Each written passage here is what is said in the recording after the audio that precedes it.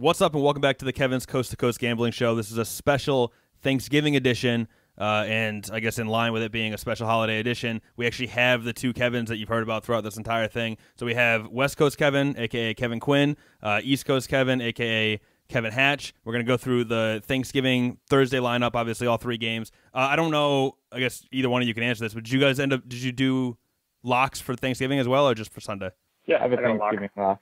Okay, all right. So we'll do a lock for Thanksgiving, and then they'll text me their locks later, and we'll do me and David St. Martin later in the week. We'll run through the Sunday games and then give their locks for that as well.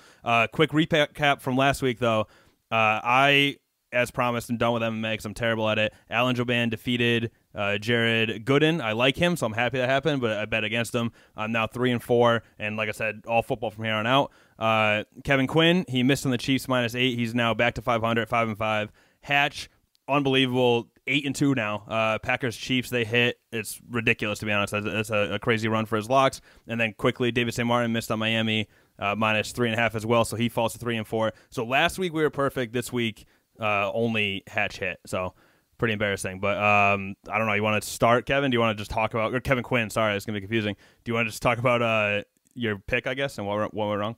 What, the Chiefs? Yeah. I just thought it was going to be. I mean, I think the Chiefs are the best team in the football. Sorry, Kevin, I know you're a Steelers guy, but I think this is the time of year where they start to, beat the shit out of teams. And I think the Raiders are better than we give them credit for. I thought that Andy Reid off a bye week. There's just a lot of things that made me love the Chiefs this week. And I mean, they still won, they just didn't cover. But I thought they'd run away with it. But I think the Raiders are. I mean, they're not. Nothing comes off the page with them, but they're playing good football right now, and I feel like they could sneak into the playoffs. I mean, they have the greatest tight end in the league, in Jason Witten, so you can factor that in. And then Hatch, what about you? I mean, let me ask this, because I don't really know. I've never followed your picks before we did this show. Are you just like unusually hot, or do you feel like you generally do well? I mean, I would say this year I'm unusually hot. I only bet NFL teasers. Every other sport, I don't just do teasers, but the NFL, I think, is just so unpredictable that the only thing I ever bet is teasers. This year, I mean, pure luck. I mean, I usually win money every year, but this year I'm, Christmas is looking good. So, all right, I hope I'm on your Christmas list then. Yep. Right. Yeah, sure, Nick. All right. Sure you are. Before we get to the games, the most important question, because this is a Thanksgiving holiday theme or whatever. Obviously, you're having turkey, you're having beer, probably maybe a glass of wine. What is your favorite side dish? What's out of the Thanksgiving traditional side dishes, or I guess if your family does some weird something, what's your favorite side dish for Thanksgiving? Kev, you can go first. Jesus Christ, Hatch, you can go first. We're both cut. I know. Yeah. So I'm gonna go out on a limb. I'm gonna say green bean casserole. My aunt, she just makes a killer green bean casserole. Growing up, they used to bully me. They used to call me string bean because of my love for green beans. Would, bring a nice sack of fresh green beans to lunch every day. So I've been a green bean lover my whole life. I'll never quit it. You would bring green beans to lunch, like at school? Yeah, hence why I got bullied. Yeah, I mean, I'm not like victim shaming here, but it feels deserved. What about you, Quinn? Stuffing? I'd have to say stuffing, I guess. My mom makes awesome stuffing that's like huge percentage bacon, butter, and then just everything else in there. So it's terrible for you, but it's the time of the year where I put on a lot of weight. So just indulge. I'm gonna try to make it myself this year, obviously, because I'm not coming back. Oh, right. So we'll see how well that goes. Is it like a secret recipe, or is it just like you don't have the culinary skill to pull it off? I don't know. I think my mom's grandmother stole it from like a restaurant or something. I don't know. There's like a whole story behind it, but. All right, cool, man. My answer is my answer would be mac and cheese. I love mac and cheese, but I feel like every Thanksgiving I go to, my family doesn't really make it. So it's like something I've longed for, and I never get it, unfortunately. Now, why don't you bring that? I mean, I know I should. I should. Well, because I usually don't bring anything. Well, in past years, there's like a giant. Wow. Well, my mom is one of 9. There's like 27 cousins. So in past years, when we have regular Thanksgiving, like my family will bring one thing. So my dad will bring like an apple pie or something. Like there's not enough. There's too many people. Yep. So I usually don't bring way. Yep. I have a similar huge Thanksgiving, and I'm almost 30 years old, and I still don't have to bring anything. I feel less and still get seated at the kids' table. It's nice. no responsibility. That's the place to be. There's nothing like sitting around like 10-year-olds and then you have like a beer in your hand. It really puts things in perspective. Exactly. All right, so let's get to the games. I guess I guess it depends. They're all competitive games. We'll start with the Texans and the Lions. Texans -3. They're 3-7. Lions are 4-6. DeAndre Swift may be back. Kenny Galladay likely still out. Lions, of course, coming off that shutout of the Panthers. First time they've been shut out since 2009, by the way, and Matt Stafford has never been shut out before that game. So there's some, I guess, not so fun facts if you're a Lions fan. Shout out to Kevin's brother, Pete. We'll start with West Coast Kevin Quinn. What do you got? Yeah, I keep going back and forth on this one. I mean, I think the Lions should win this game. I feel like they show up every Thanksgiving. And last year, I guess, is the aberration. Cause I forget, who's the quarterback last year? They had that backup who David Blau, I think, or Blow, whatever his name was. Yeah. It wasn't Stafford. And I think, Texans have a atrocious run defense. If Swift is back, they should be able to push the ball. And especially if Stafford is injured, because he did not look, Carolina's defense is shit, and he wasn't able to do anything against them. So he doesn't have his weapons, obviously, with Kenny being out. So I keep going back and forth, but in the end, I'm going to go with the Lions. I feel like Thanksgiving, Lions, 12 o'clock, it just seems like they play a different brand of football. And I think as shitty as Patricia is as a coach, I think that if he runs the ball, if he kind of follows the game plan as you should and plays the strength of Swift being back, that they should easily be able to cover the 3 and probably win outright. All right, Hatch, what do you got? I'm taking the Lions as well. I don't think there's any way that Houston should be -3 on the road. Not to mention, basically this year, I've entailed a betting strategy in which it's an ode to George Costanza, in the episode in which he does everything opposite, and it works out for him. So one of my strategies has been, if a team looks absolutely horrible the week prior, take them the next week. So I'm rolling with the Lions. Let's go George Costanza, and let's keep it working. I actually agree. Well, first of all, the betting line probably reflects that, so it makes sense that it's maybe an over exaggeration. Like maybe they're 3-point underdogs against a terrible Texans team because everyone remembers them being bad. I also think even though the Lions aren't like world beaters, I feel like the being shut out in football in general is embarrassing, especially if you have a fairly effective offense throughout at least Matt Stafford's whole career. It's embarrassing. So it's one of those things where this whole week that's got to be eating at them. And obviously it's a short week. Get back out there. I don't know. I also think they'll win outright. The fact that the underdog is kind of wild. Yeah. So moving on to... And if I could add one more thing, Nick, on that game. Let's be real. Romeo Crennel beating Bill Belichick, that's his Super Bowl. And Super Bowl hangovers do exist. So I expect to see the Texans be a little sluggish. Yeah, there you go. So it's a double George Costanza game. Yep. I agree. But you guys aren't breaking in the Matt Patricia factor. Like, he might be the worst coach in the league right now. And he always finds a way to just completely shit on any momentum that they can get. So that's true. Again, I think it should be the Lions, but I could see play calling and everything like that just falling the way where Patricia just shits the bed again and Texans run away. Imagine back-to-back shutouts. I know. Actually, a couple of years ago, do you remember the Thanksgiving game? There's a running back in the Texans. I think the Lions were winning back in the Calvin Johnson years. And it was one of those plays where, like, they didn't blow it dead. Blanking on the name, but he had, like, a 70-yard run on Thanksgiving that basically won the Texans the game against against the Lions. And it was like they changed the call after it, like in the entire NFL with how they blow plays dead. Huh. I'll have to look back. Yeah, I don't know. Baseball throwback, though. Yeah. All right, well, as you look I just remember being drunk watching that. Yeah. Washington versus Cowboys. The 3-7. The winner of this game will be in first place in the division, which is ridiculous. Temporarily, obviously, Eagles or Giants can get it right back. But Washington +3, Cowboys -3. Cowboys obviously coming off the win against the Vikings. I've never been more torn at the end of a game. By the way, like because they were coming. It was like a 2-minute, a 2-minute drill going down the field, and like I couldn't decide if I wanted them to score. When they scored the touchdown, I've never been more confused as a fan. Like I didn't. Because I kind of want to tank, but I kind of like it's still my team. I don't know, man. It was the whole thing's a mess. But I guess at this point we might as well try to win the division, even though it's embarrassing. So I guess I'm rooting for the Cowboys to win, even though that's confusing. But I'll go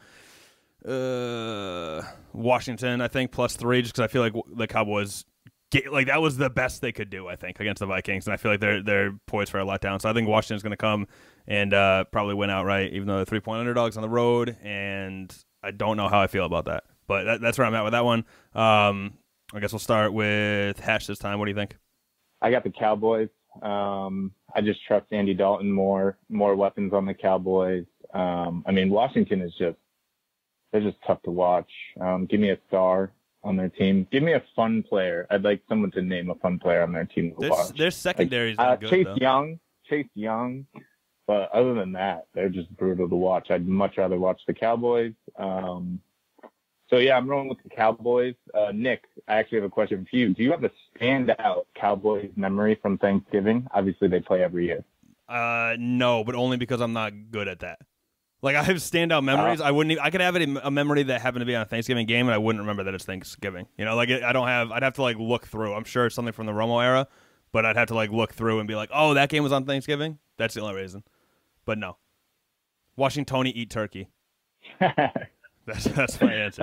All right. Well, you guys will all hear my Steelers memory for the next game. All right. Some of you can probably. I have a good Steelers memory too. So actually, Cowboys.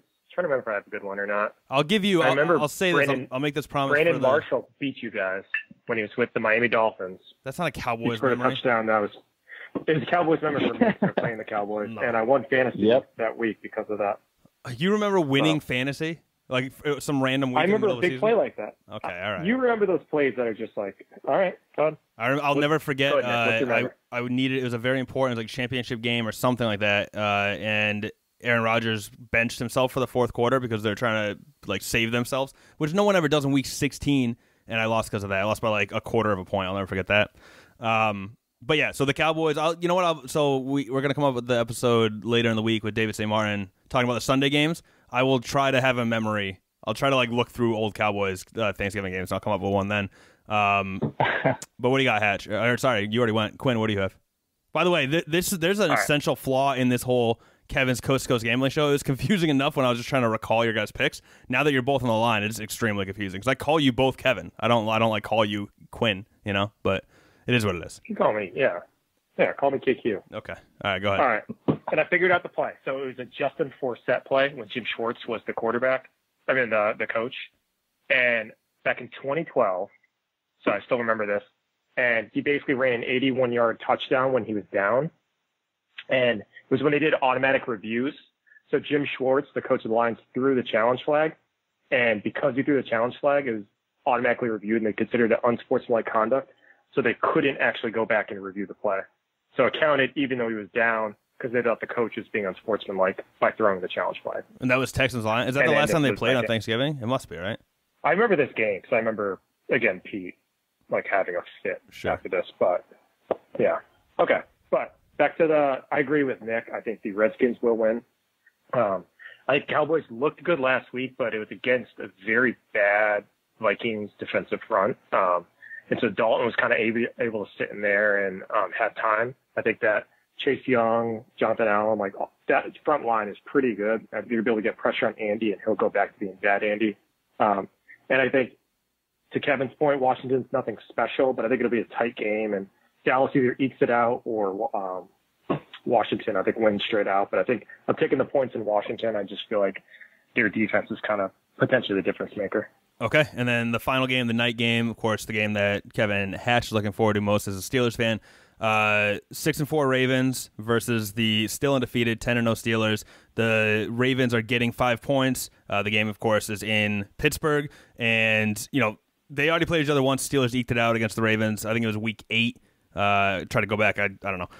Winning 28-24 in Baltimore. The Ravens were 5-2 at the time. They've only won once since then. It was against the Colts. Fairly significant win, like 24-10 or something. But besides that, the Ravens, it's kind of the beginning of the end for them. Not the beginning of the end, but, it's when we started to see the cracks in the armor a little bit with the Ravens. So they have a chip on their shoulder, I'm sure. The Steelers trying to be 11-0. I mean, it's already a ridiculous accomplishment being 10-0. But I'll let Hatch start with this one because it's his team. Yeah, I'm actually gonna take the Ravens. I think the Steelers will win the game, but these two teams, every single game, it seems like comes down to a field goal.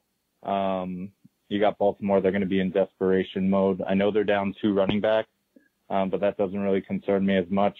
When you have Lamar Jackson running option, you can plug pretty much any running back in there, and they're still going to get production. It's just, this for me is just a history game. These two teams, no matter what, the game's close. Whether the Ravens are having a great year and the Steelers are down, we always play each other close. So I expect this one to come down to the end.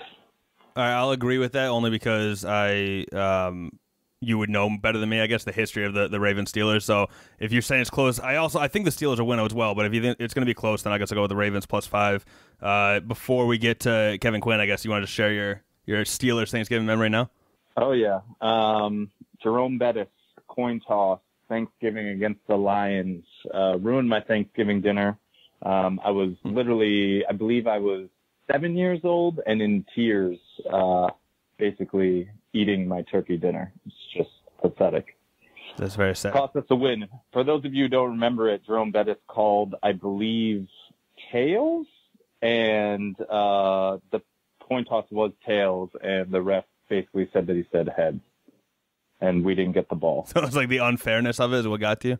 Well, I mean, the ref just blatantly messed up. I thought tails. We won the coin toss. Didn't you say it was your favorite Thanksgiving memory, or that's just the one that sticks out the most? Oh, that's just the one that sticks out the most. That's a very Steelers sad story. Don't play a lot on Thanksgiving, so we're trying to make a good. We actually we played on Christmas last year. That's what it was, but yeah. So it's a heartbreaking story, but that's the one that stands out. That's like my number one Thanksgiving football memory. I'm so sorry to hear that, man. Kevin Quinn, what do you got? I'm going to go with the points as well. I think, to Kevin's point, the Ravens kind of have their backs against the wall. They divisional game, the second time they're playing this year. I feel like it just has the makings of a very back and forth close game. I think if the Steelers defense is able to neutralize Mark Andrews, kind of take away Lamar Jackson's safety blanket, then I think that they might run away with this game because he has no connection with his wide receivers right now. But that being said, I still do think that it'll be a heavy ground game. I'm not throwing a lot into the COVID IR people either. I think Gus Edwards should be able to do the job. And, I think it'll be a tight game, and Steelers probably will win, but not more, 5 more than a field goal. So I'll take Ravens in the points. Okay, great. And my favorite Steelers memory. Hey, go ahead. All right. Jesus, go ahead. Yeah. It's not actually a good memory. It's a bad memory. It was one of the first years I did FanDuel, Le'Veon Bell's first year. I was down by like 0.3 points or something like that in the fourth quarter when I think they were playing the Ravens. And he appeared to score a touchdown with like 2 minutes left across the plane, but his helmet got knocked off. He got like severely concussed. And he like fell into the end zone, basically limp. And they went back, so I won because they gave him a touchdown on it.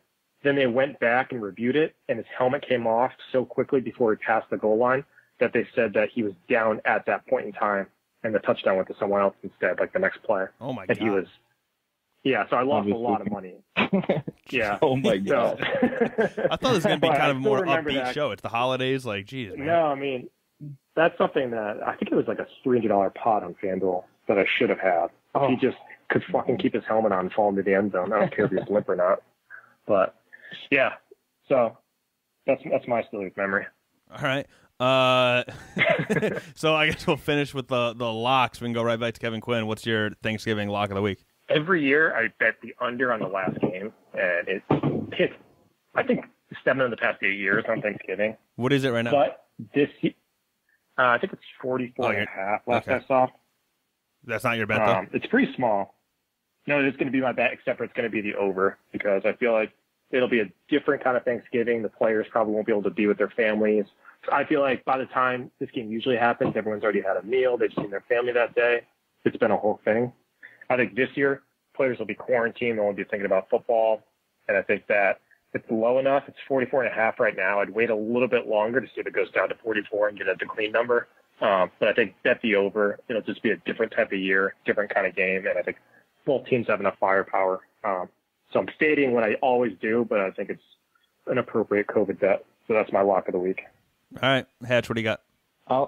Back to the teases. We're taking the Lions, so they can lose by, that'll move that line up to +9. And then we're going to take the Steelers for the rare. You're going to try to middle the Steelers winning by a field goal with the Ravens cover. And I'll lock both of those, to be honest. So give me 2 locks. So Ravens +5 and a Lions-Steelers tease. And both of those will hit as the Steelers are going to win by a field goal. Okay, that made it very complicated for me to keep track of records. Thank you. I'll tease the Lions and the Ravens because I feel like the So the Ravens, I think, is going to be closer, but if you give them a tease where they're getting, 11 now? I don't think the Steelers are going to blow them out by more than 11, so I'll take the Ravens +11 with the tease, as well as the Lions. The Lions will be +9 against the Texans. I'll take that tease. And I think that'll do it. You guys got any closing words? Any well wishes for the holidays? Quinn? I mean, we can go one at a time. Yeah. Yeah, I mean, yeah. All right. Happy Thanksgiving. I mean, I'd say watch college basketball because I think that college basketball is going to have 4 games to get canceled. So football is important, but let's get what we can this week out of college basketball. Shout out to Connecticut. There's the little bubble at Mohegan Sun with 30 teams in it. Yeah, but half of them are dropping out already. Yeah, but before they come. Yeah, but that's not. I mean, what are you going to do? That's not Mohegan's fault. You still shout out Connecticut. They're welcoming them in. It's just they can't make it here. I mean, I feel like Mohegan Sun has to have coronavirus everywhere. Yeah, in that casino. It's been open, right? It's disgusting. Has it? I don't know. Yeah, I think so. It's been open. Yeah. How are the players going to get Johnny Rockets without getting COVID from Dude, Kevin, remember that time we went to Foxwoods and had Fuddruckers? That was one of the grossest experiries of my life.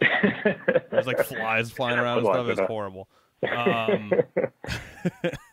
Yeah. And just a quick, condolences to Kevin Quinn's dad. Every year we go to Frank Pepe's. We go to Mohegan Sun. We have a great boys' night, and this year because of COVID, unfortunately, it's not an option, and it's devastating. It's horrible. Yeah, he called me this week to talk about that. Oh no! I feel like he's mourning. I was talking to Ben, our other friend, and I was saying I literally was like, dude, this must be because he talks about it for months in advance. Your dad, he gets so excited about the boys' night. He plans it out, yeah. He already knows who's getting at Pepe's Pizza. He plays slots and doesn't know if he wins or not. He just keeps pulling the lever. He always wins $27 on penny slots. Yeah. He'll start up high. He'll be up $400. Dad, you're up by this much. He's like, no, how can you tell? I'm like, look at your credits, dude. But and then he'll lose it by the time we get to Pepe's at around 11 p.m. So I'll be missing that this year as well, Nick. Yeah, that's okay. Thoughts and prayers. Hatch, anything to close us out here? I mean, just obviously hope everybody has a good Thanksgiving. Recommend you all put some bets in. There's really no better feeling than checking your phone at the Thanksgiving table to see a bet coming in.